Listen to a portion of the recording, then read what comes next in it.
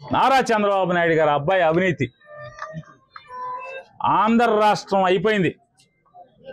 ఆంధ్ర రాష్ట్రం దాటి భారతదేశ వ్యాప్తంగా వ్యాపించడం కదా, అది అంతర్జాతీయ స్థాయికి వాళ్ళ అబ్బాయి అవినీతి పరుడిగా అవినీతి పెరిగిపోటి అది వేళ్ళు అనుకోవటం. ఎందుకంటే నేను చెప్పట్లా వాళ్ళ అబ్బాయికి ఏంటంటే దేశంలో అంటే మరి ఇండిగోలో అవినీతి లేకపోతే ఎవడు ఎందుకు మాట్లాడరు? రామ్మోహన్ నాయుడు ఎందుకు మాట్లాడు? ఎందుకు టీవీల దగ్గరికి మీడియాకు వచ్చి అంటే ప్రజలతో మాట్లాడాలంటే ఏకైక మాధ్యమం ఏంటి? మీడియా కదా. మీడియా దగ్గరికి ఎందుకు రాడు? మొహం ఎందుకు చాటేస్తున్నాడు? చంద్రబాబు నాయుడు ప్రతిదానికి తగుదనమ్మా అని బయలుదేరుతాడు కదా. ఏదైనా లోకేష్ గారు ఏం చెప్తున్నారుగా, ఆడోళ్ళు క్రికెట్ గెలిచినా మగోళ్ళు క్రికెట్ గెలిచినా అటు ఇటు ఆడోళ్ళు క్రికెట్ గెలిచినా కూడా లోకేష్ స్ఫూర్తి అంటున్నారు కదా. మరి ఇండిగోకి లేదా? నేను అనలేదు కదా. అన్నిటికీ తగుదనమ్మా అని బయటకు వచ్చి మాట్లాడతాడు కదా లోకేష్ గారు.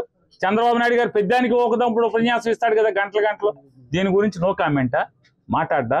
కేంద్రానికి సంబంధం అంటాడా? ఎందుకు సంబంధం అంటున్నారు?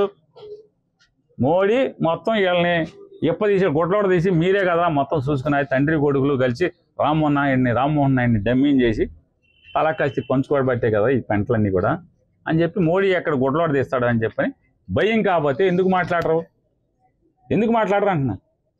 మాట్లాడాలి కదా. మాట్లాడకపోగా ఇవాళ ఎంత పెద్ద ఎత్తున భయంకరమైన అవినీతి ఉంటే 18 మాసాలుగా ఈ ప్రభుత్వం వచ్చినటువంటి 18 మాసాలుగా తనకి మంత్రి పదవి వస్తే ఈ రోజు దాకా కూడా దాన్ని ఎందుకు కంట్రోల్లో పెట్టలేకపోయారు? దాన్ని ముందే కట్టడి చేయాలి కదా. ఎందుకు దాన్ని కొత్త రూట్లు ఇచ్చారు?